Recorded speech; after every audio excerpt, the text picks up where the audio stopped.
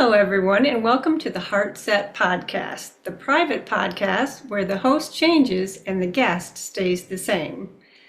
I'm Laurie. I'll be your volunteer host for today, and we're going to be discussing authenticity. And now I'd like to introduce our sponsor and resident guest, Ramona Galey. Ramona helps self-starters leverage their personal assets into success, even when they don't think they have any.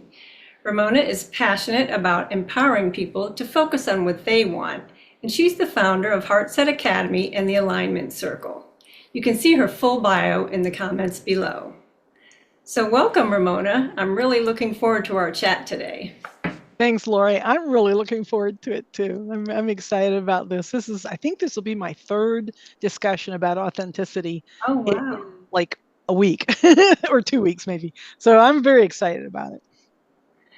Okay, so let me get started here. Ramona, what exactly is authenticity and why is it important? And maybe even more so, how does a person know when they are or they are not being authentic? Really great question. Okay, so this is what I woke up this morning thinking about authenticity. And that is that out of the various conversations I've had recently, I think the one thing that I didn't say that I woke up this morning really thinking I want to say this. And just so that for the audience, for anybody who's hearing this many years from now, whenever we didn't agree on this topic ahead of time. I didn't know the topic until we actually, got together here. So it's just really a lot of serendipity and synchronicity. So I think there's a misconception when I talk about authenticity. I think sometimes people think I mean honesty.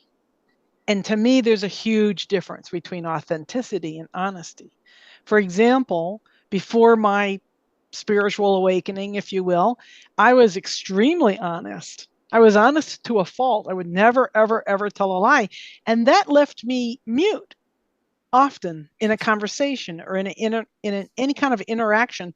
It left me unable to appear on video comfortably because I didn't feel comfortable with myself. And I knew that. And I didn't want to fake it till you make it or put on a facade or pretend. Or if I was speaking to somebody and whatever the conversation was, if I didn't feel comfortable saying what was for me the truth, let's say it was negative, or let's say it was confrontational, or let's say it was unpopular, or whatever it was, then I would be quiet. So I was technically being honest, but I wasn't being authentic.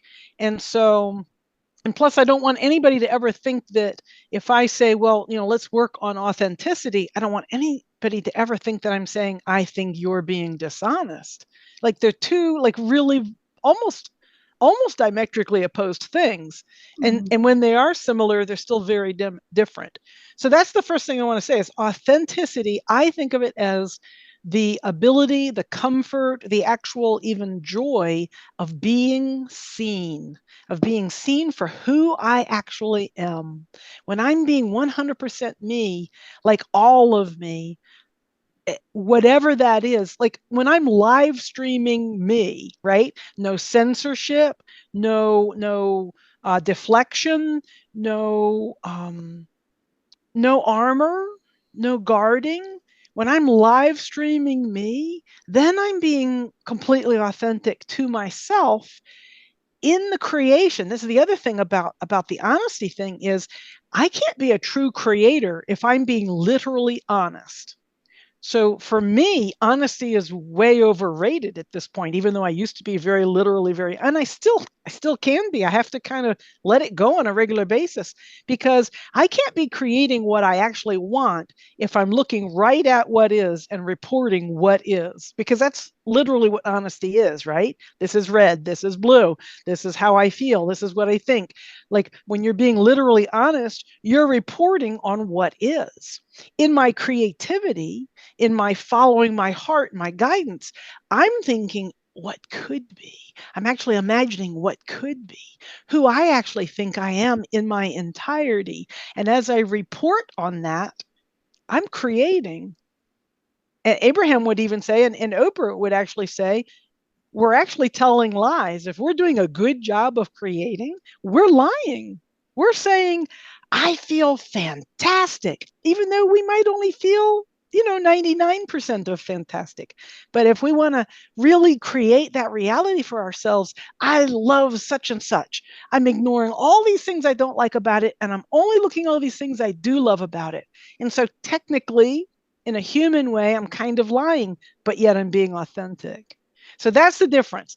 Authenticity versus honesty.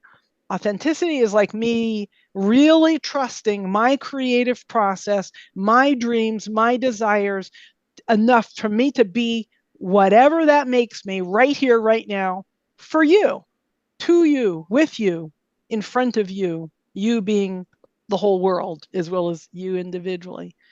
So I don't know if does that make sense at all? Like that's what I've been thinking recently about the whole authenticity thing. That makes a lot of sense. I want to ask something a little bit further. So, for many of us, just growing up, you sort of shifted into expectations that you didn't even realize were being placed on you, and so you're going your way, and you have so much momentum Hmm. going in this way that you think is you because you've been doing it for so long. So I'm wondering how does someone like that who's not even aware that they're not being their authentic self because there's so much momentum of just sort of being what was expected. That is such a great question. Expectation. So when we are being to the best of our ability what we think we're supposed to be, and then we start to realize, wow, this isn't complete. I mean, if it feels great, I would say don't mess with it. If you're doing whatever is expected of you and you feel fantastic about that, and you feel good and you feel successful and you feel connected, you feel loved and loving and abundant and successful and free, awesome. There's no problem, right? There's not that there's ever a problem, but if it doesn't feel good, that's when authenticity, the whole question starts to come in to play in my mind. So if I'm going along doing something and I've always done it this way, we've always done it this way, whatever it is, and then I'm like, you know what? This just doesn't feel right. There's something sticking in my craw about this. There's something not quite right, or I feel like there's so much more. Now I'm starting to go inside and kind of look at myself a little bit more, and I might realize, wow, I thought I wanted to be like, I'll just use myself as an example. I thought I wanted to be a musician. I did want to be a musician, a classical, not well paid musician. And that's what I was for the first, 15 years of my professional life. And at some point, and I know when that point was. I mean, it was a big shift for me. It was a paradigm shift, but all of a sudden I didn't really want to be a musician anymore. But I had gotten so many positive accolades and ego strokes, for doing what I, believed in and going for what I wanted and being independent and being a pioneer, a woman in a man's world. And because I was a brass player, that was considered like a man's world. And so all different, like you were saying, like kind of expectations, both from me and from anybody else, um, that all of a sudden I was like, well, but it doesn't feel right anymore. But how can that be? Because this is what I always wanted, and this was what I kind of expected of myself, to be this rebel or to be whatever it was. And so as I feel that a little bit of separation between what I'm doing right now and what I feel would be more me, that's where that authenticity question comes in. Like, what can I do to feel more like that? Because this doesn't, it either never did, ever did, and I'm just now realizing it, or it's just now starting to not feel like me. And do I have the skill? Do I have the courage? Do I have the momentum, the motivation to actually make a change? In other words, if it's just a little bit like, well, I said I was going to do this, and I'm starting to realize, that haven't really enjoyed it as much. But I've only got 2 years till retirement. I hear this a lot, right? I've only got 2 more years to retirement. I keep doing that, but in the meantime, I'm starting to think, what do I want to do next? Even that's just a step towards authenticity. Even though I'm not making any major changes in what I'm doing, I'm starting to say, I always wanted to be an artist, or I always wanted to be an actor, an actress, so I'm going to take, improv classes or whatever it is, like whatever starts lighting you up as you go towards that light. And it's really just all about how it feels. It's really not about, how much it costs or how much it pays, how many people are doing it, who thinks you can or cannot do it. It's really about what lights you up. And as you allow yourself to go more and more and more towards what lights you up, then you start to allow yourself to start creating that environment, or to start creating those, the network or whatever it is that takes you more and more towards what lights you up. Now you're being more and more authentic to yourself. And it's really just for us to choose. It's not for anybody else to choose. I would never say to somebody else, well, you're not being authentic. It's really an inside job. It's an internal thing that says, I want to be more authentic to who I really am, to what I really want, that inner voice that maybe I've been listening to all my life. Maybe I've been ignoring it all my life. But whatever it is, I want to let it out now. I want to be more like that. I want to welcome that spark or that voice into my life. I want to start live streaming me. That's my new phrase of the day, live streaming. And yeah, anyway, I think I went off field from your question, but Oh, that's my answer. no, that was really good because I think I got to that spot where all of a sudden something doesn't feel right, something doesn't feel, but not any idea what it was, just that Right. feeling. And I think I notice a lot of other people that's kind of when they begin sort of the spiritual, I don't know, something's not right, something's not right. Yeah. So that's what I really want to speak to for that person that doesn't even know what they want. They only know something doesn't feel right. So Right. could you speak a little bit more about how to, from that spot, it's just like this, like you're at sea. Yes. Yeah. You don't know. You just don't know. Absolutely. Yeah, no, that's a great question. So if I don't if I really feel like I don't have any idea what I actually want, I've Right. been doing or being something, right? Whatever that is. It could be a profession, but it could just be my role within the family. I really wanted to be a mother, and now I've had kids, and now, I feel kind of guilty, but I'm kind of thinking, well, now what? Maybe I'm an empty nester now, and there's nothing to feel guilt. Not that there's ever anything to feel guilty about, but maybe my kids are young still, and society's telling me I should stay home and take care of them until they're 18, or until they're 22, or whatever the thing is.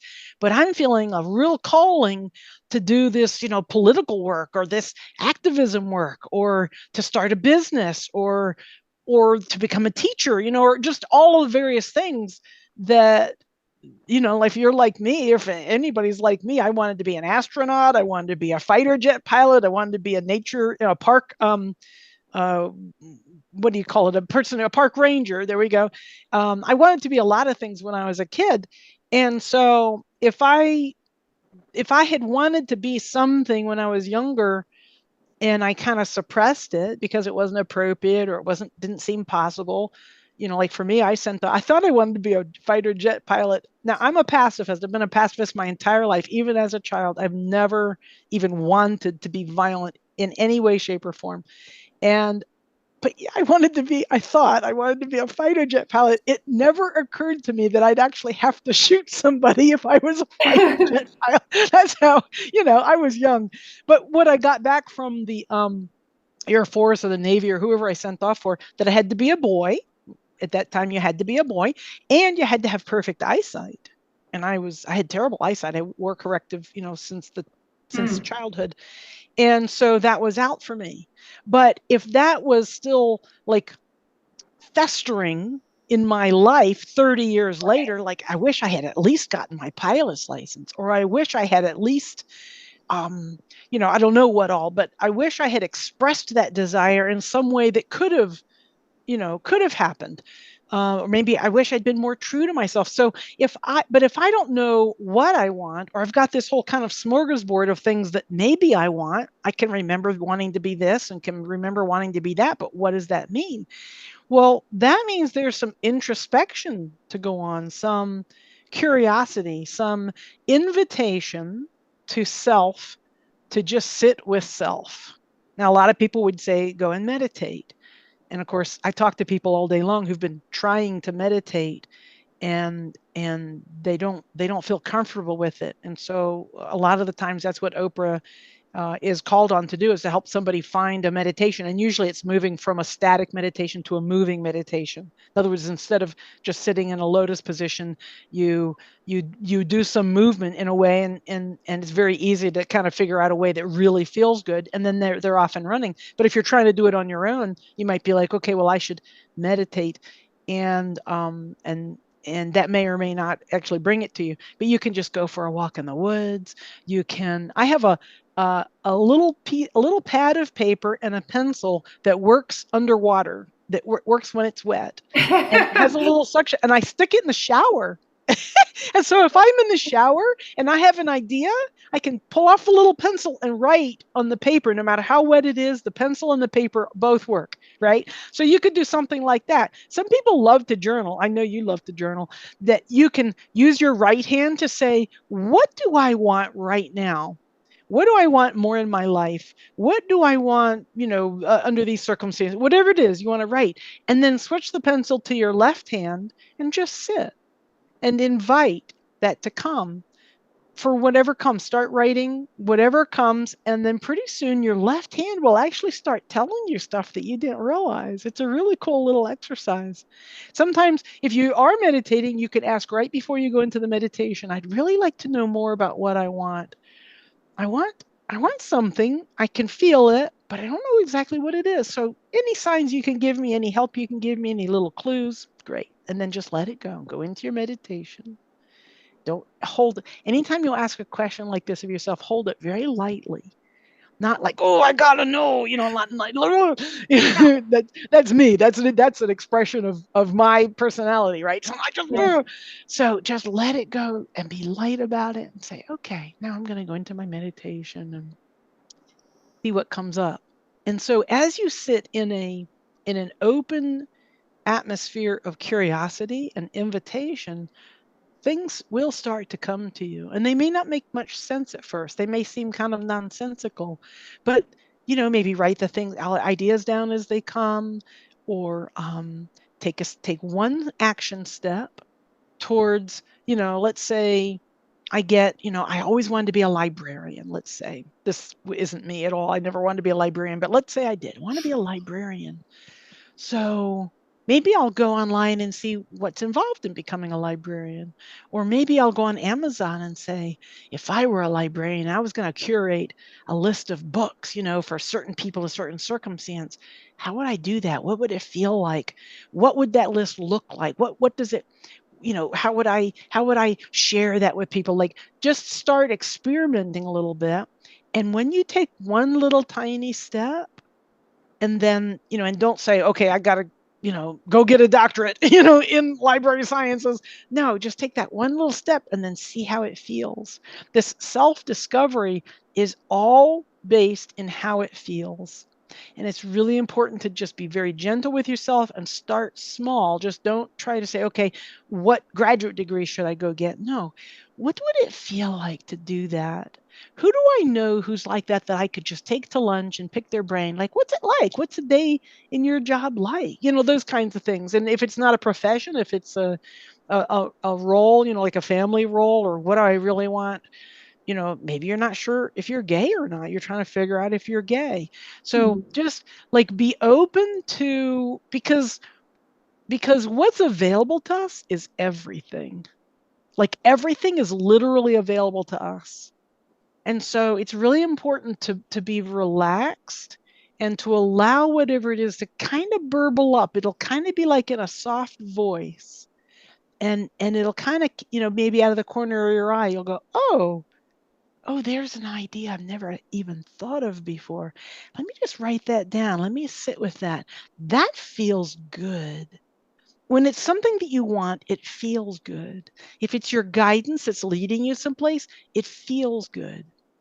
And if you have a feels good and doesn't feel good, that just means it's a mix. And you want to let go of any resistance that's attached to it and just let it feel good. Let it just kind of pull you. So there's there's a rhythm to this that each person finds for themselves. Is a little different for each person. And but that's where I would start. If I didn't know what I wanted, I would start opening to the universe to start sending me clues, because some part of the inside of me actually does know exactly what I want. And if I trust that, I can let it come to me. Okay. So here's a follow-up sort of. So for some people, uh, the universe sends the little ideas, but they're so spread apart. The desires, the different desires are Right. all, They're so, they come, but they're very far apart. yeah. It's actually the only time that I really recommend making a list. I don't ever recommend a pro and a con list, because that's like the seesaw. You're up and down, up and down. You never actually get anywhere. But a list of all the positive, all the possibilities that you can think of. It's kind of like the brainstorming exercise where you say, okay, there's no suggestion too silly, too expensive, too impossible. Everybody just, so you're kind of asking your brain, or your brain is kind of doing a brainstorming exercise. So you write down, okay, I wanted to be an astronaut. I wanted to be a national park ranger. I wanted to be a race car driver. I wanted to be a musician. I wanted to be a lawyer. I wanted to be a psychiatrist. Like, you just keep writing down all of these disparate things, right? Mhm. Then what I do is I will hold that list up and I'll look at it. And I will just look at it gently. I'll just keep looking at the different things up and down the list. And one of the things on there is going to start to either glow or pulse or vibrate or tingle, like depending on whether you're visual, auditory, or kinesthetic. It could actually hum to you or sing to you, or, you know, it's gonna, one of them's gonna start making itself known to you.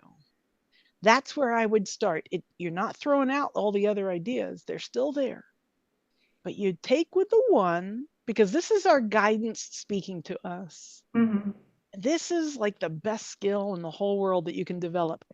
Learn how to start discerning your own guidance. And so, as that one thing starts to pulsate, it doesn't matter how much it costs or how much it pays, it doesn't matter how impossible it is, because it's guidance, it's not the final answer. It's just one step. And so as you look at that and feel it, or feel into it or listen to it or whatever you're doing, then just be with that for a little bit. And as it starts to, as how am I want to say this, as you start to build a relationship with that idea, then more and more things will come, and it'll start to blossom like a flower.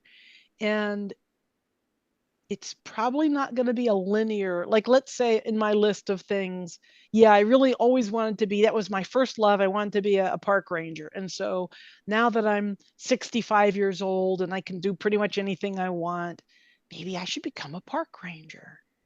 And so I'm going to feel into that. Do I want to actually be a park ranger, or do I just want to spend more time out in the park? Like, do I want to go for picnics and talk to people? Do I want to become a volunteer and take people on guides? Do I want to start collecting wildflowers? Like, there's all kinds of things. And if I try to nail them down too soon, I'm gonna shut down the idea. So instead, what I'm going to do is I say, yeah, I always thought that would be so much fun. I remember my favorite book was Benjamin in the Woods. It was about a little boy who moved off by himself into a cabin in the woods. And I remember that what he loved was the peace and quiet and the sound of the wind in the trees. And so I'm going to just sit here and actually think of all of that. I'm going to visualize it. I'm going to imagine it. And now I'm just going to see what else comes. It's a very introspective, quiet process to let our guidance start to speak to us more and more and more. But that is the beginning of the travels of finding out both what I want and getting it, not how. The how in between there, you just ignore all that. You know what you want, and then you start focusing on it in a way that it starts coming to you. and you completely skip the how. So anytime your brain wants to go, oh, but you can't do that because of this, or, how much money would that? No, just release all that, come right back to right here, right now. How does it feel? So that's the basis of it. Well, that's really helpful. Cool. Yeah. The only other thing I wanted to mention, because I know a lot of people run into this, is when they start something that feel like, well, now I have to finish it. Right. And, Right. how can you help people let go of the path that was lit up and now it's not? It's kind of gone stagnant, or That is such a you already human thing. started. Yes, because and then we're supposed to finish what we start. Right. And I think of it kind of reminds me of that Marie Kondo, the woman who was teaching everybody in the world there for a while how to declutter. She was she's a Japanese lady, and she wrote I can't remember the name of her book right now, um, but her whole premise was, well, if you want to let go of clutter, and she gives lots of reasons why you want to, because of the emotional, the spiritual, the physical, the financial, the everything. And but her whole thing is, when you pick up an item, let's say I'm deciding whether I want to get rid of this glass. Can you see that glass? So I'm going to pick it up and I'm going to hold it. I'm going to feel, does it spark joy? And this glass, I already know, but I've also waited for it to feel it so that I'd really feel it. Like, this glass sparks tremendous joy for a couple of different reasons. But the most important part is that it sparks joy right now. Now, if it had sparked joy when I first bought it, but now it doesn't spark joy, that's really important information, because I don't need to keep it anymore. And it's the same thing with an idea. I've got this idea. I'm going to start a new project. I'm going to start a new business. I'm going to start a new job. I'm going to, start a new relationship, whatever it is. And I got 3 steps down the line, or 10 steps down the line, and I feel like I've gone completely off the rails. I don't feel it anymore. I don't want to do it anymore. What's wrong with me? What's wrong with me? What's wrong with me? There's nothing wrong with you. If it doesn't spark joy anymore, then stop and feel into, okay, what does spark joy for me right here, right now? Because if it sparked joy even 10 minutes ago, but it's not now, then you're done with it for now. It may come back, but for now, in other words, our guidance is right here, right now, not a week ago or a year ago, or, depending on what we're doing, we might be in the tail end of medical school. Let's just say I've gone through 10 extra years of medical school, and now I'm like, do I really want to be a doctor? Now, most people would say, well, I have to finish because I started it. Mhm. But some other people might say, well, maybe I want to be a naturopath instead, or maybe I want to just be a hermit on the top of a mountain somewhere. I don't know. But if I don't want to be, if I'm not feeling the pull of doctor now, and I'm not saying I would not do this like at the end of a really busy week when I've only gotten 2 hours of sleep in 6 days. I wouldn't make a decision then, but but allow yourself to change your mind. Allow yourself to follow your guidance, because your guidance might have taken a right turn 6 years ago in the medical school thing, and you didn't listen, and you didn't listen, and you didn't listen, and you've been getting more and more tight, more and more tired, more and more burned out, more and more jaded or skeptical or resentful or whatever it is. Those are all indications you've gone off your path. That's okay. Takes it takes a nanosecond to get back on your path, just by coming back to right here, right now. And what I'm describing is a skill that we're not taught as children, or any time in our mainstream existence. So it's a skill that has to be practiced, learned, and then practiced. But it's not hard, and it's very effective. It's so effective. Yeah, that sounds perfect. We definitely weren't taught that. We were taught the opposite.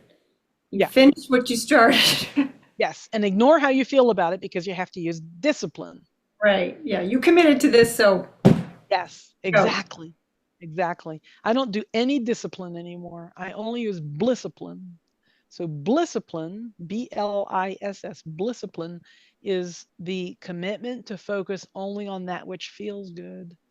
And when you really trust your guidance, You can start following your guidance, which means it feels good. And it starts leading you exactly where you want to go in this really joyful way.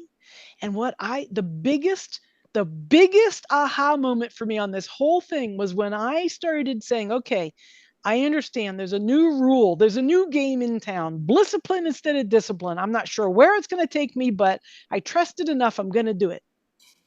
And after I'd done it for a while and I turned around and I looked back and I said, wow, all that growth that I've been practically worshiping my entire life. I felt like growth was the whole reason I was here, to prove something, to earn something, to make the world better, to, like all this discipline kind of stuff, nose to the grindstone and stick it out and, whatever.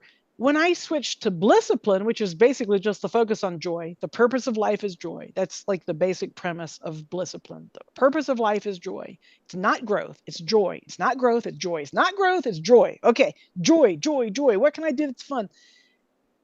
After I did that, I looked back and I said, oh my gosh, my growth has been through the roof.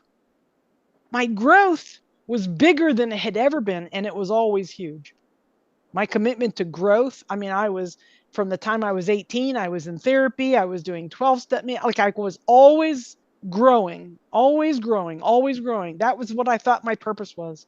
When I switched to my purpose is joy, my growth got faster and bigger and more satisfying, much more impressive, like all the way around bigger. So the purpose of life is joy. Purpose of life, why we're here, is to have fun, to enjoy each other, to love ourselves, to allow the expansion to go where it's fun and where it's enjoyable and pleasurable, because that's what we're here for. And because that's how we positively influence the other the best, not by a lecture, not by some, artificial rules or force people to do this, force, pass laws. Mm-mm. It's joy. It's joy. So then, can we bring it full circle and say the authentic version of us is the one who's just found joy? Yes, the one that's lit up, the thing that lights us up, the being of ourselves that lights us up the most, that's our most authentic self. Absolutely. Beautiful. I just, yes, absolutely. Well, that's perfect. This has been amazing. Thank you. I love everything you said. We've covered a lot, but it all came together. Yeah, well, you summoned beautifully. I mean, that was a great, I mean, it was the best conversation I've ever had on authenticity. So thank you very much. Really, really good.